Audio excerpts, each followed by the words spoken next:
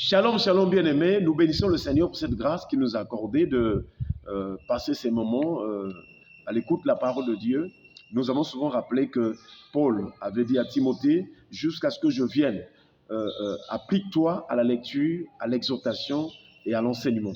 Chers frères et sœurs, nous voulons parler d'un thème qui fait couler la salive ces derniers temps.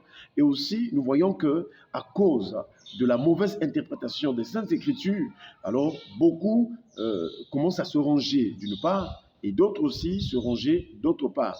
Et nous commençons à trouver des catégories, des sous-groupes des chrétiens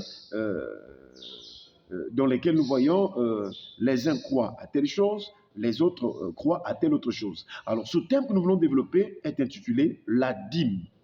Ou si vous voulez, on peut dire aussi les dîmes. La dîme. Nous en sommes arrivés à un moment où certains disent catégoriquement on ne doit plus payer la dîme, on ne doit plus donner la dîme parce que nous sommes dans la nouvelle alliance.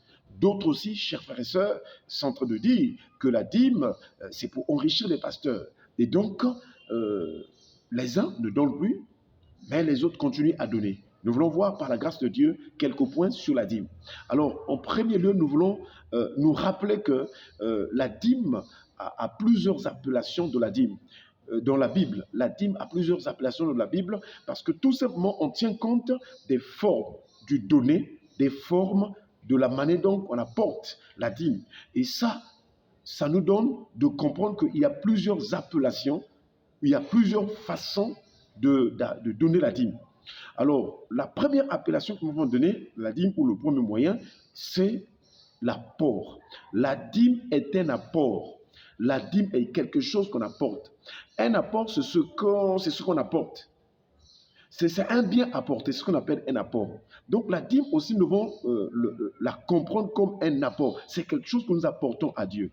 Et donc Malachie, vous allez voir, Malachie chapitre 3, verset 10, la Bible déclare « Apportez à la maison du trésor toutes les dîmes, afin qu'il y ait de la nourriture dans ma maison.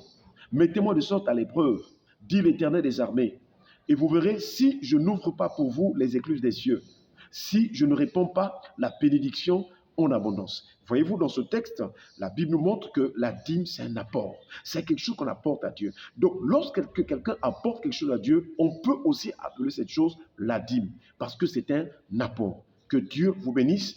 Veuillez continuer la suite de cet enseignement parce que nous irons en profondeur et nous parlerons aussi de tous les aspects de la dîme, de la Genèse et jusqu'à le Nouveau Testament pour voir réellement si nous pourrons continuer à donner ou à ne pas donner. Est-ce qu'il y a une interdiction à ne plus donner la dîme ou nous devons continuer à donner? Et quelles sont les formes que prennent la dîme tout au long de la Bible? Que Dieu vous bénisse.